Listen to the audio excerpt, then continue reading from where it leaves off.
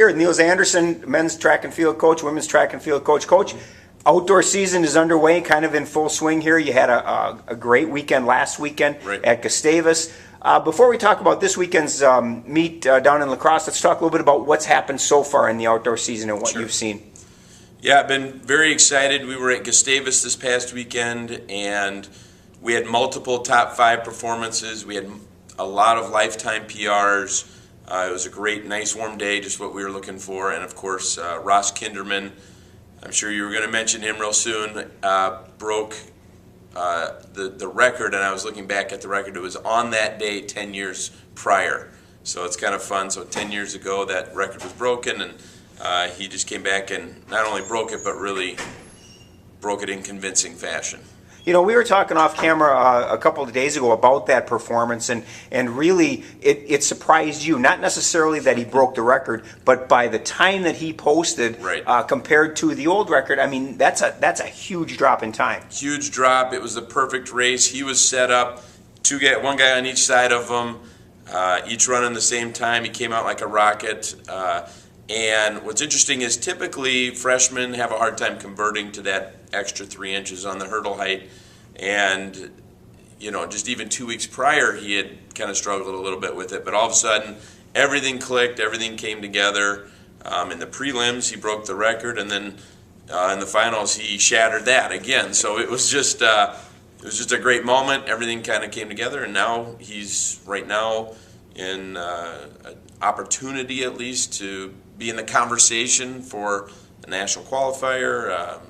He's a few tenths away, which, you know, that doesn't sound like a lot, but in track and field it can be a lot. You know, and obviously Ross isn't the only one that's really kind of turning a lot of heads. Absolutely. I know you had a great indoor season. Several records were broken in the indoor season, and a lot of those individuals have kind of picked up right where they left off. And one that I look at that's really kind of come on is Tyler Kercher.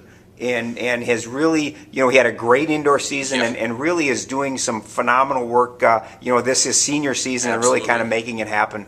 First throw of his outdoor season in an event that typically takes him warming up, throws a lifetime PR.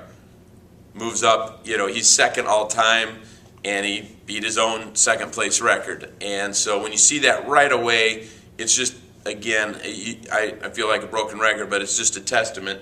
You see how many reps, how hard he works, everything he's done to put himself in a position. And right now he's one of the top throwers in our conference. He's battling it out. So we're really excited about what he's going to do. And then on the women's side, there to me are 2 names that are continually popping out. And one of them, you talk about great careers, and Laura Schomer has really done a phenomenal job thus far. And Maria Mizzarelli has really come on as a pole vaulter. Absolutely. Talk a little bit about those two. Well, what's fun about Laura is she has improved every single year. She's gotten better. And so she just lifetime PR'd at her first outdoor meet in the 100. I mean, that's a great way as a senior to just see yourself constantly improving, putting in the hard work each year and then seeing the results pay off. That's what we all hope for. She's remarkably resilient. She's an unbelievable leader. She does everything I've ever asked of her and then some. And then on Maria, she's just a phenomenal freshman. It's fun to watch her in competition because in practice she's pretty light-hearted, easygoing, but as soon as it's go time, she gets in the zone and she gets really serious and super focused. So it's really fun to see how she competes at that high level. And you know, it's interesting, I had mentioned that the outdoor season has kind of started, and really, it's almost over. We've got a big meet this weekend, the Phil Esten Challenge in La Crosse. We were talking a little bit on how you're going to see a broad range of talent. You've got the top 2 teams in the nation will be there, and then like you had said, a lot of teams that are probably in the same boat as you. Talk a little bit about the importance of this meet and what you want to get out of it. Well, what's great about this meet is every single person that we bring down to this meet will get the race that they're looking for. And so, you know, at Gustavus, it was good competition, nothing wrong with that. But here, literally at every level, any race that any one of our guys are in, they're going to meet the competitor that's at their same level. So no matter how good we are, and you know, even in the middle of the pack, we're going to have great competition. So anytime you go down to UWL and into the WIAC, you're going to face the best in the nation.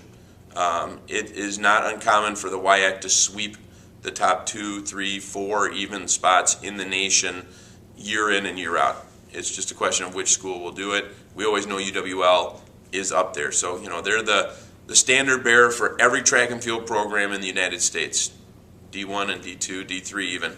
And so it's great to see that and then go down and compete against the greatest. And that's when you have great performances. Phil Esten Challenge this Friday, UW Lacrosse. Good luck, Coach. Thanks.